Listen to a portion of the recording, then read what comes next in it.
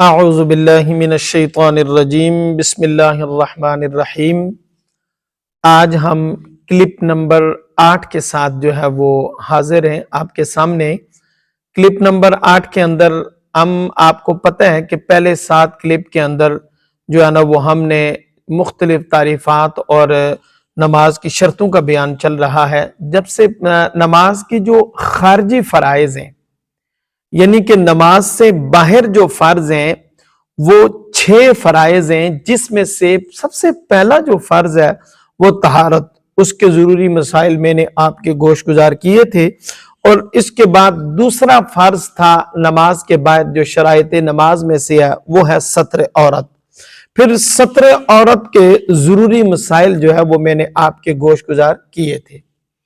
آج ہم تیسری جو شرط ہے خارج نماز، نماز سے باہر جس کا ہونا ضروری ہے، وہ ہے استقبال قبلہ، یعنی ہمارا جو منہ ہے اس کا قبلہ کی طرف ہونا کیا ہے؟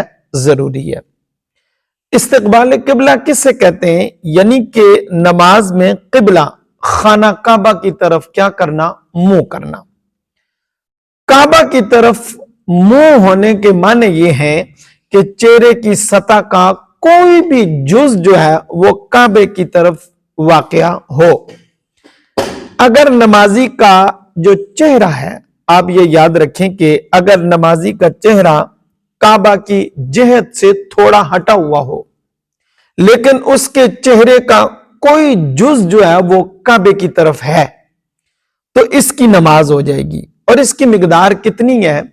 آپ پڑھے لکھے لوگ دیکھ رہے ہوں گے کہ جب آپ قبلہ کی طرف منہ کریں تو کم از کم سیدھا آپ منہ کریں گے تو آپ کی سمت جو ہے وہ قبلہ کی طرف ہوگی، لیکن اگر آپ 45 ڈگری، یہ دونوں کونے جو ہوتے ہیں مسجد کے، اس میں سے تھوڑا سا اندر آ جائیں، آپ 45 ڈگری ہوتا ہے، تو اگر اس کی مقدار 45 ڈگری رکھی گئی ہے یعنی 45 درجہ سے کم اگر انحراف ہے، گھومنا ہے تو نماز ہو جائے گی، اگر 45 ڈگری سے زیادہ انحراف ہے تو نماز نہیں ہوگی۔ یہ بھی یاد رکھیں کہ خانہ کعبہ سے جو 45 جو درجہ سے کم ہے انحراف، گھومنے کی صورت میں نماز ہو جائے گی۔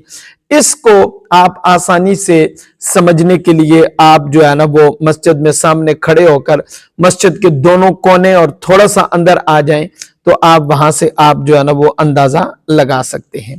تو اس طریقے سے ایک تو یہ شرط ہے قبلہ کی جو ہے وہ تیسری جو نماز کی شرط تھی وہ کون سی ہے؟ استقبال قبلہ۔ تو یہ تھا ہمارا کلپ نمبر 8۔